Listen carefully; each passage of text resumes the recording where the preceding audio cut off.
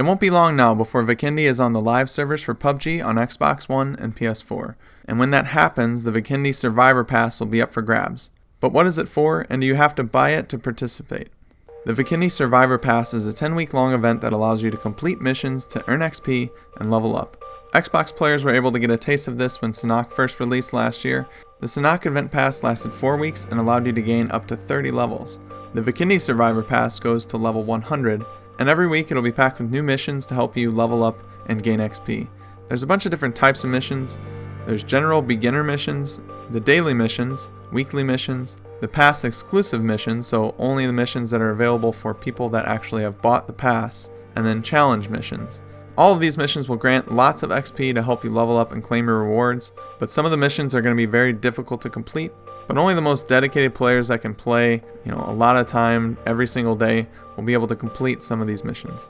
Even if you don't purchase the Vikendi Survivor Pass, which costs $10, you'll be able to try and complete most of the missions, and you'll have the ability to acquire some of the rewards as well. Those that decide to purchase the pass will have access to every single mission and every possible reward if you can level up.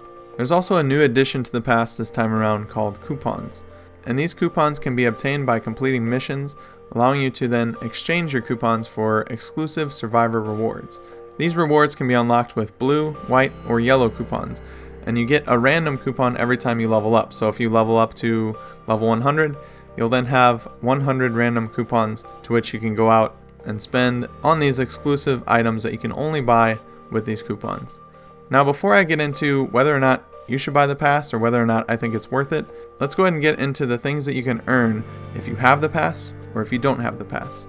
If you have the pass and you unlock absolutely everything that you can through the 100 levels, you will gain 12,400 BP, 63,000 extra XP that you can use to level up, 68 skin items including skin items for your character as well as weapon skins, 16 different emotes, and then 10 blue coupons along the way. If you didn't purchase the pass, you can gain 2,500 BP, 6 different skins, 2 emotes, and 10 blue coupons. So if you don't buy the pass, you're not going to get a whole lot of stuff, 1 or 2 things every 10 levels or so. But if you do buy the pass, you're going to get an opportunity to get a lot of different items.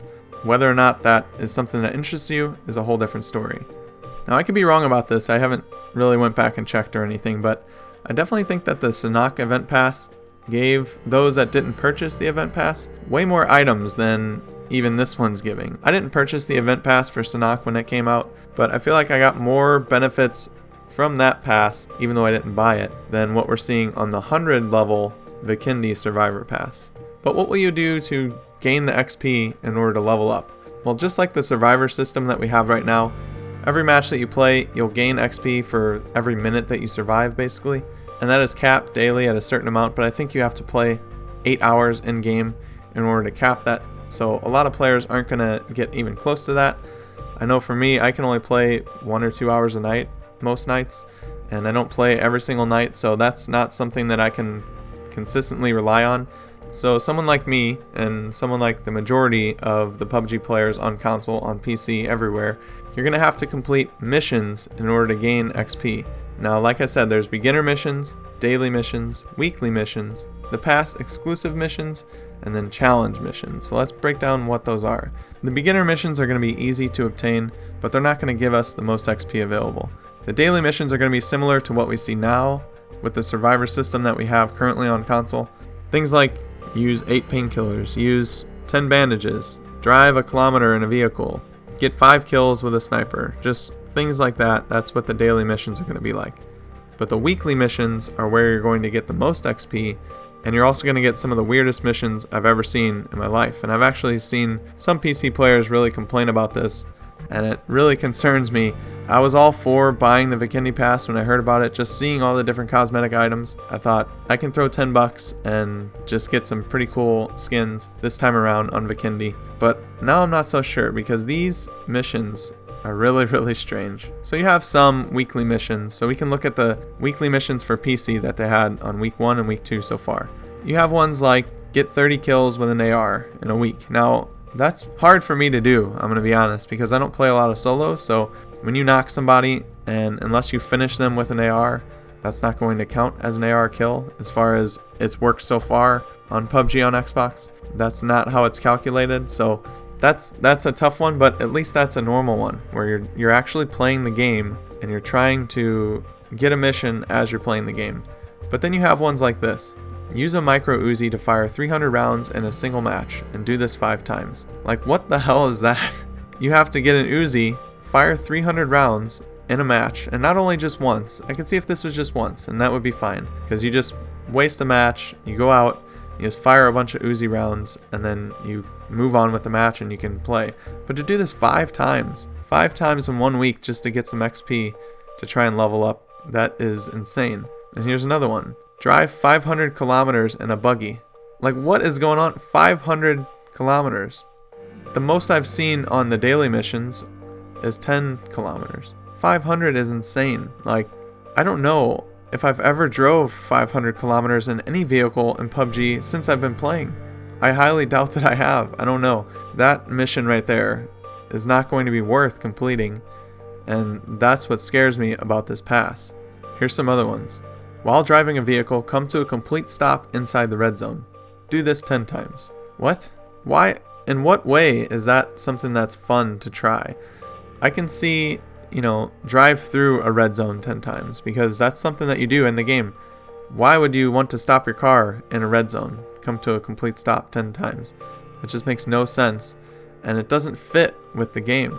I think these missions are a big miss for this pass. I know the Sanhok ones weren't as bad as this. I don't remember feeling like, why the hell would I do any of these things? And why does this make the game more fun? If anything, this just makes the game tedious and it makes it like a job.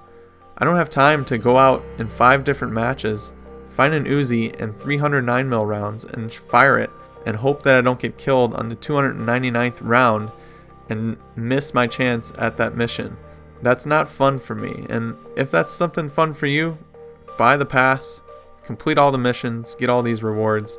But what this screams to me is that, which we'll get into in a little bit, they're trying to force us, if you actually want all these cosmetics, to purchase level packs and just feed the microtransaction machine and just give PUBG Corp more and more money. Now, I've been really positive about everything PUBG on console. I've given them the benefit of the doubt for just about everything, whether it was because it was in game preview or whether because I feel like they're not trying to slight us by, having a buggy game or anything like that. I just think that's the way it is. But stuff like this is very deliberate. Why can't we have more missions like these? Win a chicken dinner in solos. Okay, that's a goal for the week. Like, I want to win a solo match, and that's something that I can appreciate. I can go out and try and win a solo match. I might not do it, but for 8,000 XP, I might try even harder, try to play more solo matches, and then I might enjoy it. I might find myself playing even more PUBG than I would before. Survive at least 15 minutes. I can do that. That's okay. That's in a match. I'm doing that already as I'm playing. And I guess we should have saw this coming because it's something that's already happening with the missions that we have on the daily and weekly missions on the survival system. My 10,000 XP weekly mission this week was use 70 bandages. Now, when are you going to use 70 bandages while you're playing the game normally? Maybe a couple a match, if that. But either way, they try and hook you in with these missions and try and just do the most random stuff possible. And it's really made me think twice about buying the pass. When you see all the missions, you should be like, alright, I'm going to buy the pass so I can do these. It's going to be a lot of fun. I'm going to have stuff to complete. I'm going to get XP along the way, which means I'm going to get the benefits, which are the skins and emotes and everything. And it's just going to be part of the game and I'm going to have fun. But this isn't fun. These different missions are not fun. Here's one that works. Get at least 1 kill in a single match. Do this 10 times. That's a perfect mission. Those are the type of missions that we need. Get 35 kills with an SMG. Travel 10 kilometers in water vehicles. Okay, you can do that in one game if you want to, but why would you want to? You're just going to see a bunch of people in boats for no reason. The same with the 500 kilometer buggy. I guarantee if you play on PC right now, there's just people driving in buggies everywhere. They're not even playing the match. They're just driving in a buggy so that they can get 8,000 XP. It's only 8,000 XP. That's not even going to get you 1 level. So it's not worth it. Like, stuff like that, I would look at that and be like, yeah, no, I'm not even trying that. Why would I even waste my time? I really don't like these missions, and it makes me sad because I really wanted to buy this pass, but now I don't think I can. I don't think I can support something like this, and let me tell you why. Because it's not just like, okay, you don't have to buy the pass, and even if you do buy the pass, it's not like you have to get to level 100. There's not some huge thing at the very end that you have to have, you know, but it's the fact that they give you a carrot in front of your face and they make you run towards it, but then they just keep pushing it further and further away. In order to get to that carrot, if you really, really want to, you have to give them more money. And this is the kind of stuff that I can't stand with microtransactions. So you pay $10 and you get these missions and you can try and get to level 100 to get these exclusive items. And they're cool skins too, like the coats and jackets and everything. They're pretty cool. Helmet skins. But the way that the XP breaks down, you have to play a ton every single day. You have to do every single mission. And you might just barely get to level 100. The average player is not going to get to level 70, level 80. They'll be lucky if they get to level 50 with buying the pass. And so in order to account for that, PUBG Corp has a nice little system in place. You can buy 5 levels for $5. You can buy 20 levels for $18. Ooh, what a steal.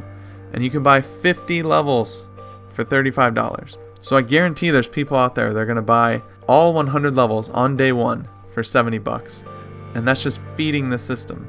This is the problem with microtransactions. This is the reason that they're bad. Not because it makes this game unfair. This doesn't do anything but make you look like an idiot while you're playing the game, honestly. If you're out there just driving around in a buggy for 500 kilometers, or you're just sitting in the blue shooting 300 rounds of 9mm at a wall, like, that's not going to help you win the game. If anything, it makes you worse. But it kind of ruins the experience. If you have it in your mind that you want to get to level 100, you're going to have to treat PUBG like a job for the next 10 weeks. And if you can't get quite high enough to have these nice convenient ways to buy all these levels and get all these rewards. Now, if you're someone that loves cosmetic items, you always buy microtransactions, this might be okay for you, I don't know. But for me, personally, I'm not on board with it. I can't wrap my brain around it.